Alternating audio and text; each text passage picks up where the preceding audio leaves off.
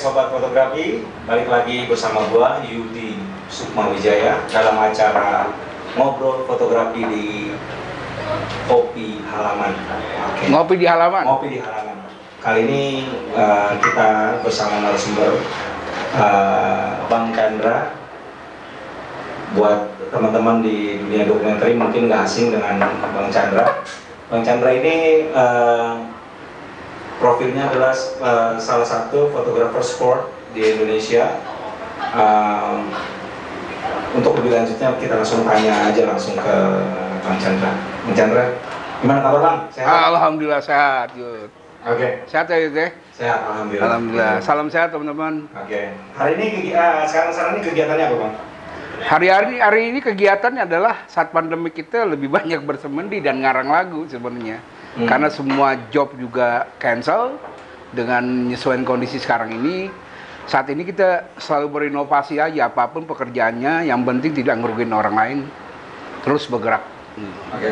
Mulai motret sport itu tahun berapa Bang? Gua mulai motorsport itu sebenarnya dari tahun 93. Nah, tetapnya sebenarnya tahun 94 di salah satu tabloid olahraga di Indonesia, yaitu tabloid bola. Nah, dari tahun 94 sampai 2012 gue resign. Gue udah nggak kerja lagi di sport, karena bayang gue ke depan olahraga di Indonesia tuh makin menurun nih prestasinya. Akhirnya pasti ada sangkut pautnya dengan gue. Selama prestasi di Indonesia nggak berkembang, fotografer sport itu juga akan berkembang. Tantangannya apa Bang untuk motret sport ini? Sebenarnya tantangan sport itu selama lo suka gitu dengan sesuatu yang lo jalani atau motorsport, itu lo pertama dipermudahkan. Tantangannya adalah selalu lo siap melewati sebuah proses. Itu aja simpel gitu kan. Susah nggak sih Bang motret sport? Sebenarnya susah-susah gampang. Nanti yang terjadi generasi sport di fotografi olahraga itu karena edukasinya mungkin yang agak sedikit salah kali ya. Karena menjadi fotografer sport lo harus punya lensa-lensa panjang, standarnya 300 mili. Padahal juga 300 mili kita memakai atau 400 mili tergantung kapasitas yang kita gunain. Jadi sport fotografi lu juga nggak harus pakai lensa tele, lu bisa pakai lensa wide, bisa pakai lensa standar atau semi zoom gitu. Pengalaman menurut Abang nih, cabang olahraga apa tuh yang paling susah banget difoto? Sebenarnya kalau lu memotret salah satu induk olahraga itu adalah atletik. Nah, dari situ lo bisa melihat orang-orang super kuat, super cepat, super tepat itu ada di situ semua. Sebenarnya kalau lo bisa memahami sebuah motret olahraga atletik atau yang berbau dengan olahraga atletik, itu lo akan melihat orang-orang hebat, kecepatan, ketepatan, endurance gitu. Jadi buat gue basicnya kalau lo menguasai motret sesuatu atletik, kesananya udah tinggal adaptasi, tinggal lo pelajari olahraga cabang apa yang lo akan potret, lo pelajari rule sampai peraturannya, itu lebih dipermudahkan untuk motorsport. Pernah nggak ada foto yang berkesan?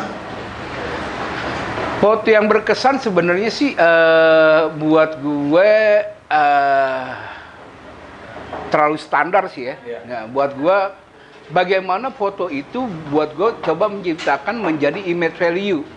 Yang jadi foto itu bisa dikenang sama orang, itu bagian dari salah satu yang bisa mewakili bangsa kita hebat lewat atlet. Misalnya contoh, gue tahun 96 pernah dikirim di Piala Asia. Itu pada saat itu Indonesia itu masuk perempat final. Kita kalah lawan Kuwait.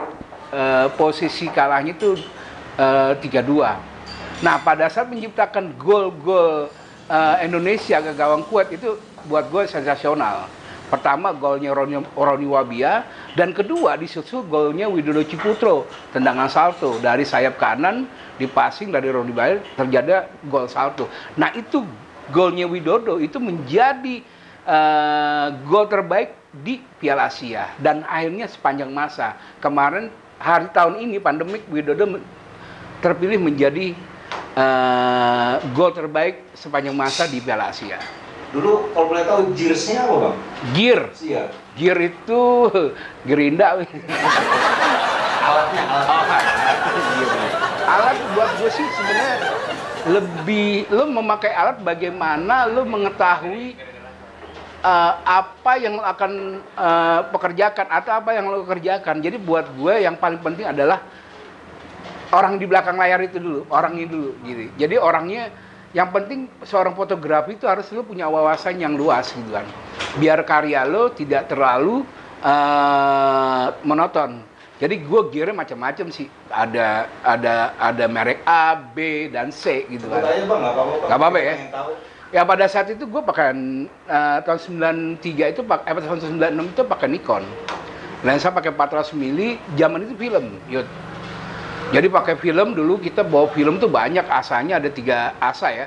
400, 800 sampai 1600. Dan pada saat itu fotografer dulu dituntut bisa untuk melakukan post produksi, misalnya nyuci film, nyetak foto. Jadi zaman dulu tuh kita menjadi fotografer tuh belum selesai memotret. Harus punya kemampuan lain ya? Ya, mendukung.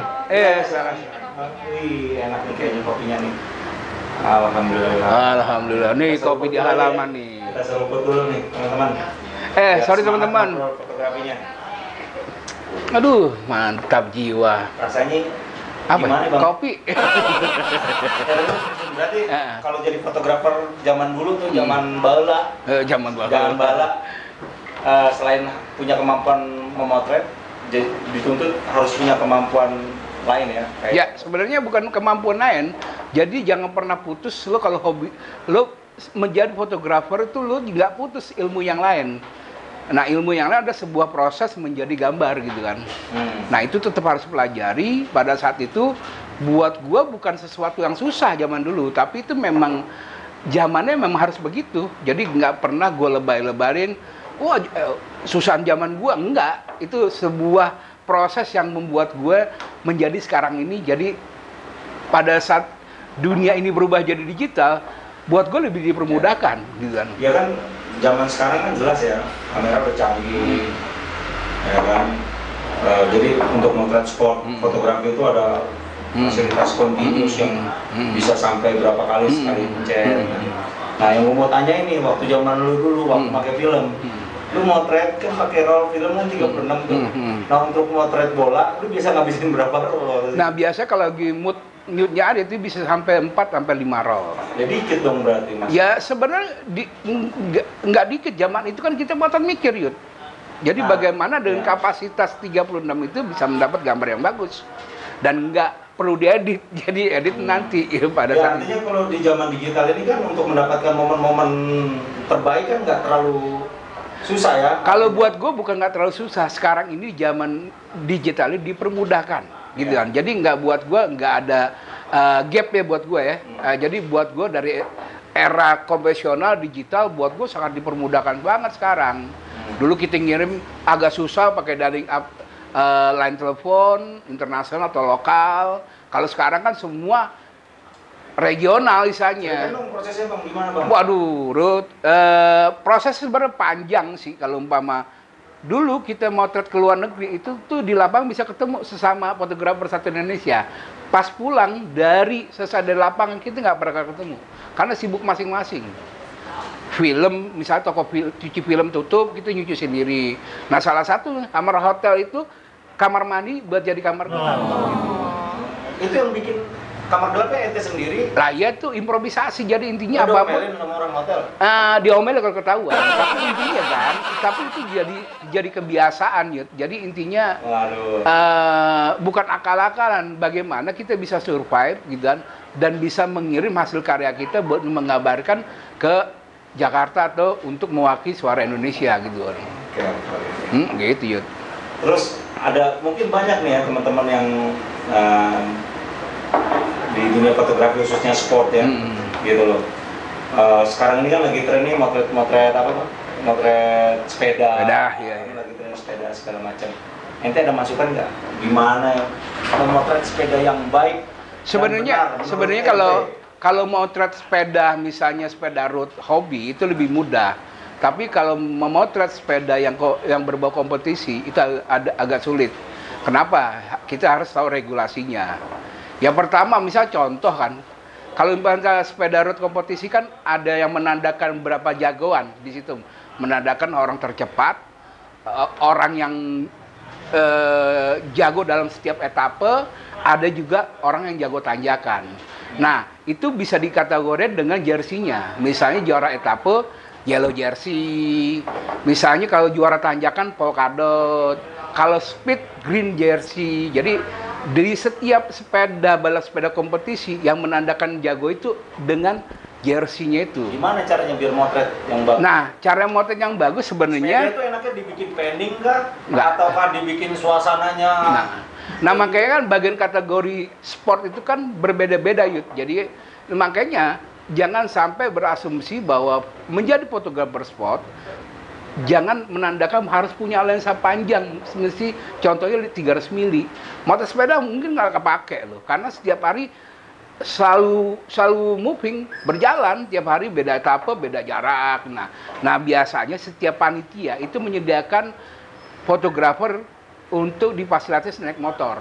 Nah, dari setiap naik motor itu spot-spot mana yang bagus, menarik untuk mendukung framing kita. Ya. Nah, Bang, sekarang kan zaman udah canggih nih, ada GoPro. Dulu kan kita waktu jadi fotografer kan kita pengen menciptakan gambar-gambar yang belum pernah orang lain ciptakan. Gitu. Dengan adanya kamera GoPro ini, sekarang kamera bisa ditaruh di mana aja, Bang. Kadang ditaruh. Tapi harus ingat. Menurut ente gimana nih? Nah, itu salah satu dipermudahkan.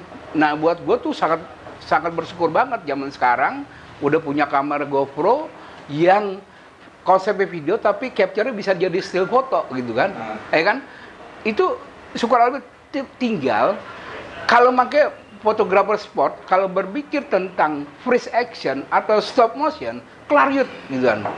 Nah, bagaimana fotografer sport itu, lu punya lensa berapa, lu kreasiin. Misalnya pakai low speed, gitu kan. Kalau dulu kan basicnya panning kan, dari kiri ke kanan, kanan ke kiri. Kalau malah pening pala lu. Tapi zaman sekarang berinovasi. Nah, akhirnya bagaimana kita memanfaatkan low speed. Lu bisa zoom in, zoom out, tilt up, tilt down gitu kan. Nah, itu bagian dari improvisasi dari panning gitu kan. Nah, kalau kita berpikir stop motion, selesai. Jadi cuman freeze, jadi gambarnya beku. Apalagi sekarang ini mengadakan lensa-lensa semi tele. Jadi tinggal dapat bokehnya kelar gitu. Nah, itu padahal setiap cuaca itu mendukung fotografi menjadi menarik di sport. Misalnya shadow, side light, rim light, backlight. Nah, kita tidak berpaku dengan fotografi yang namanya freeze action. Kita bisa freeze action bikin siluet gitu kan. Oke, Bang. Abang kan ngomong sama saya, katanya passion Abang adalah fotografi, passion, bekerja dengan passion gitu. Puncak karya foto Abang itu yang mana, Bang? Dan foto Abang itu pernah menjadi apa pernah nggak? Buset gitu, passion. Kalau orang dulu nggak ngerti passion apa. Iya, Tapi kalau sekarang hasrat ya. Jadi buat gue dulu tuh gue pengen banget bekerja karena hobi. Nah, kebetulan di fotografi gitu kan. Nah, fotografi salah satu pekerjaan yang membuat gue senang dan itu menjadi hobi. Kalau sekarang ini dibilang jadi pekerjaan passion, hasrat. Nah, sebenarnya harapan gue menjadi fotografer, gue tuh ingin membuat sesuatu napak tilas gitu kan. Karya-karya yang pernah gue bikin paling banter bisa dibukuin, bisa menjadi referensi gitu kan. Dan bukti nyatanya ada, misal gue pakai lensa long lens, bisa pakai wide angle, bisa standar, bahwa itu ada pembuktian. Fotografer sport itu nggak harus lo berpaku dengan lensa-lensa tele. Oh iya, teman-teman, jadi Bang Chandra ini udah nerbitin bukunya itu judulnya apa, Bang? Yang pertama tuh The Color of Sport. Ya, itu cuma kita tunjukin bawah nggak, Bang? Ada di luar. Oh, boleh dong. Diambilin bukunya. Nah, ini ada nih. Nah, ini teman-teman nih. Ini bukunya The Color of Sport. Nah, ini depannya aja gambarnya penning-penning gini nih. Bikin penning ya. Bisa ceritain, Bang, ini buku ini isinya apa aja nih? Sebenarnya buku ini adalah portfolio di zaman digital yang gue pada saat itu agak sulit mencari film digital karena udah didokumentasi sama kantor. Jadi gue bikin dari di luar dari pekerjaan kantor. Jadi gue kumpulin foto-foto ini. Sebenarnya foto-foto ini seperti galeri foto aja di sport gitu kan. Nah akhirnya coba untuk gue tampilkan yang menjadi sebuah buku gitu kan. Nah jadilah buku The Color of Sport ini gitu kan. Nah ini salah satu kita lihat ada aksi apa? Loncat indah. Loncat indah. Belakangnya ini lampu apa nih, sinar matahari? Ini sinar matahari. Jadi pada saat itu sore hari. Gimana nih? Jadi di Jakarta di Senayan. Jadi intinya orientasi penting. Orientasi kita memotret di olahraga itu penting banget. Jadi setiap tempat lokasi yang lo potret itu harus lo pelajari dulu. Jadi dari sumber sinar matahari dari pagi sampai sore itu harus ketahui juga. Jadi pada saat ini lo bisa melakukan gambar-gambar yang menarik gitu kan. Jadi selain merekam momen juga kita maksudnya kita juga merekam keindahan-keindahan. Ya. Ini juga, ya. Kalau di sisi momen, kalau lo nggak punya nilai sejarah, foto itu akan selesai dilihatnya. Nah tapi ini ada satu lagi nih bro nih, foto sepeda. Ini foto sepeda ini dibikin tahun berapa ini? Ini kalau nggak salah tahun 2009. Ini di mana nih? Di Senayan. Di Semanggi. Ente boleh coba nih bikin foto-foto kayak gini nih. Bisa kasih tahu nggak bang, bocorannya gimana nih? Sebenarnya panning itu tidak harus lo. Speednya berapa ya? Makanya dulu zaman panning harus bawa speednya di bawah 60 gitu kan. Padahal kita harus ketahui juga kecepatan sepeda itu bisa di atas 60 sampai 80 km. Nanti dulu, jadi gua low speed ini gua nggak bisa pakai 30, gua pakai 60. Ini 60. Jadi tergantung objeknya gitu. Lensanya pakai lensa kalau nggak salah 2470. 2470. Nah, berarti di wide-nya nih. Ente nunggu di tikungan apa nunggu di tanjakan nih? kayak temernya nunggu. Jadi salah satu fotonya ini keren banget. Jadi foto ini diambil sama Bang Chandra. Nah ada satu lagi misalnya zooming kan? Buat teman-teman nih yang teman sobat fotografi yang mau coba-coba motret sport. Nah, keren-keren banget fotonya ini. Kan kalau ini juga bagus loh bukunya buat referensi loh. Jadi buat teman-teman yang punya antusias di dunia. Nah ini salah satu kan? Nah. Ini zooming. Ya. Gimana nih? Zoom in, zoom out ya. Ada dua kan, lo bisa tarik keluar atau tarik ke dalam. Tapi harus punya latar belakang agak dark. Supaya apa? Objek kita nggak terlalu nyatu. Ini foto ini bercerita tentang apa? Kenapa bang di zooming gitu? Ini buat gua adalah variasi kita tampil. Kalau ngomong freeze action mulu bosan gitu kan. Oke. Jadi ini dari variasi pada saat ditampilkan di media kita. Jadi gambar foto itu di koran nggak cuma yang freeze aja. Nah makanya sekali-sekali ditampilkan yang kayak gini nih. Ya.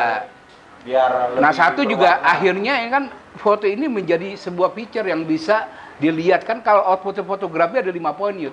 Pertama adalah foto yang kita rekam hari ini, atau yang kedua bisa meremending yang dulu, yang ketiga menjadi nilai berita, keempat jadi nilai seni, kelima jadi propaganda. Nah ini bisa menjadi karya seni buat gue. Jadi kita mencoba untuk merekam melukis lewat cahaya, lewat low speed gitu kan, speed rendah. Nih teman-teman fotonya. Nah ini juga Bang Chandra ini buat teman-teman yang yang pengen menambah wawasan di dunia sport fotografi, nggak ada salahnya nih mengkoleksi buku ini nih. Harganya murah bro. Nggak boleh jual rumah. Berapa duit bang? 200.000. 200.000 doang. Beli selosin. Ya, ini cetakan bagus nih. Ini cetakan bagus nih buat teman-teman. Di sini ente bisa lihat hasil karya Bang Chandra dan juga kita bisa menghargai ya karya-karya teman-teman juga ke depannya supaya ini judulnya. Ngopi dulu biar nggak kering baca. Oke. Mantap.